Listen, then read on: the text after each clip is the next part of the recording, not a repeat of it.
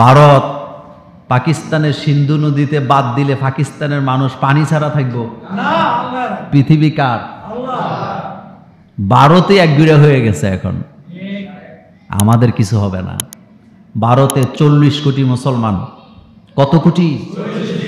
40 কোটি। ভারত যদি মুসলমানদের উপরে অত্যাচার বন্ধ না করে তাহলে ভারত একদিন আত্মহত্যার দিকে যাবে। কারণ এই 40 কোটি মুসলমান তারা যদি জাগ্রত হয়, তাদের সাথে পৃথিবীর 200 কোটি মুসলমান যদি জাগ্রত হয়, তখনই সূচনা হবে রাসূল সাল্লাল্লাহু আলাইহি ওয়াসাল্লামের সেই ভবিষ্যৎবাণী গাজওয়াতুল হিন্দ, যেই যুদ্ধে মুসলমানদের বিজয় হবে। বিজয় ছাড়া মুসলমানদের তখন কিচ্ছু না। এই ভবিষ্যৎবাণীকে আমি মোল্লা নাজিমের না মুহাম্মদ সাল্লাল্লাহু আলাইহি ওয়াসাল্লামের? রাসূল সাল্লাল্লাহু আলাইহি ওয়াসাল্লাম বলে গেছে হিন্দুস্তানের সাথে একটা যুদ্ধ হবে মুসলমানদের। যুদ্ধের নাম কি? কথা বলেন না কেন? কে রাখছে যুদ্ধের নাম? মুহাম্মাদুর রাসূলুল্লাহ।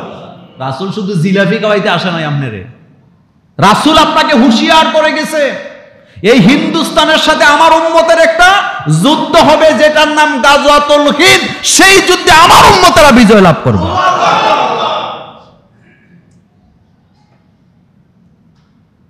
দেখেন না বেশ কি দেয়, কি দেয়? লাভ নাই। কারণ যে পাক্কা খেলোয়াড় সে কখনো হুঙ্কার দেয় না, এতে বুঝে কি করতে হবে।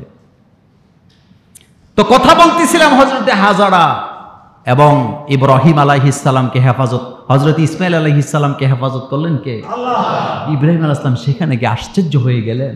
আমার কলিজার ভাইয়েরা, সেখানে যখন তিনি গেলেন, আল্লাহ পাক বললেন, ইব্রাহিম এখানেই কাবা আছে, তুমি এটাকে খুঁজে বের করো। এই জমজমের পাশে কি আছে? কাবা আছে। হযরত ইব্রাহিম আলাইহিস সালাম বালিগুড়ি সরাইয়া দেয়ালটা বের করলেন। বের করে বাপ আর ছেলে, বাপ হইল রাজমিস্ত্রি, ছেলে হইল যোগালী, দুইজনই নবী। কাবা ঘরের দেয়ালকে উঁচু করতেছেন, লিফটটা ছিল না, সগম মই এটা ছিল না। আশ্চর্য হবেন, হযরত ইব্রাহিম আলাইহিস সালাম একটা পাথরের উপরে দাঁড়ায় তিনি কাবা ঘরের দেয়াল নির্মাণ করতেছেন। এটা পাথর নয়, এটা হলো আল্লাহ কর্তৃক একটা লিফট। তিনি যখন পাথরকে উপরে উঠতে বলেন, পাথর উপরে উঠে যায়। তিনি যখন নিচে নামতে বলেন, পাথর নিচে নেমে যায়। সেই পাথরটা আজও মাকামে ইব্রাহিমে আছে না? না, সুবহানাল্লাহ। ছেলে পাথর আজ্ঞা দেয়, বাপ দেয়াল নির্মাণ করে। তো উঁচুতে দেয়াল কিভাবে হবে? মই নাই, কিচ্ছু নাই, দরকারও নাই। পাথরকে উনি উপরে উঠতে বললে উপরে উঠে, নিচে নামতে বলে নিচে নামে। এই পাথরটা এখনো মাকাম ইব্রাহিমে আছে। এই জায়গাতে গেলে হাজিরা দাঁড়ায় যায়, বীর হয়, পায়ের চিহ্ন। মাকামে ইব্রাহিমে দাঁড়ায় যেই দোয়া করবেন দোয়া কবুল হয়ে যাবে। মুলতাজিম কাবা ঘরের দরজাকে বলা হয়। কিসের দরজাকে? কাবা ঘরের দরজাকে কি কয়? এখানে দাঁড়ায় দোয়া করবেন, দোয়া কবুল হয়ে যাবে। দেখবেন এই জায়গায় মানুষের ভিড়। আমার কলেজার ভাইয়েরা, সেই কাবা আমাদের জীবনের চেয়ে আমাদের কাছে অনেক প্রিয়, কিন্তু সেই কাবার বিরুদ্ধে ষড়যন্ত্র আছে না নাই? কাবা ভাঙতে আইছে আবরাহা। আল্লাহ কয় ভাঙ, আমি তোরে বাধা দেব না, যা। মুজদালেফায় গেছে হস্তি বাহিনী নিয়ে। তখনকার সময় আবরাহা ছিল সুপার পাওয়ার, নিজেরে দাবি করত। আল্লাহ পাক বলেন, হস্তি বাহিনীর মোকাবেলায় হস্তি বাহিনী আমি নামাই নাই, দরকার নেই তো। হস্তি বাহিনীর মোকাবেলা যদি হস্তি বাহিনী নামায়, এটা কি শক্তি প্রমাণ হয়? না।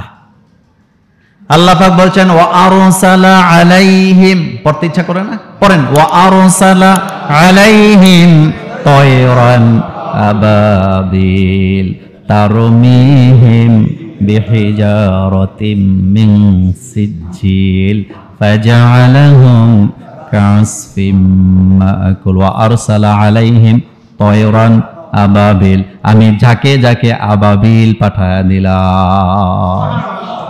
আবাবিল কিন্তু কোনো পাখির নাম না। এটা আমাদের দেশে ভুল করে। আবাবিল কোন পাখির নাম না। আল্লাহ পাক বলছেন আমি যাকে যাকে পাখি পাঠায় দিলাম। পাখিগুলা এত ছোট, 3টা করে পাথরের টুকরা নিয়ে উঠলেন, উপর থেকে বৃষ্টি শুরু হলো, পাথরের বৃষ্টি। বলেন কিসের বৃষ্টি? পাথরের বৃষ্টি। হস্তি বাহিনী, আব্রাহার বাহিনী একজনও জীবিত ছিল না। আল্লাহ পাক বলেন ফাজআলাহুম কাআসফিম মাকুল, আমি হস্তি বাহিনীকে বুশি বানায় দিলাম। বলেন হস্তি বাহিনীকে, বলেন হস্তি বাহিনীকে কি বানাইছে? বুশি। বুশি গরু যে খায়। দেখেন না ইসরায়েলে আগুন জ্বলতেছে, আগুন বাংলাদেশে তারা যায় লাগাইছে? আপনি লাগাইছেন? বলেন তো কে লাগাইছে? ইসরায়েলের গোয়েন্দা বিভাগ এটাই খুঁজতেছে যে আগুনটা লাগাইলো কে। এক গাঞ্জা খুঁড়ে ধরছে, হেতে মূলত কাগজ দিয়া গাঞ্জা খায়। কাগজ দিয়ে কি খায়? হেতেরে নিয়ে ধরে পাইছি আগুন লাগাইছে।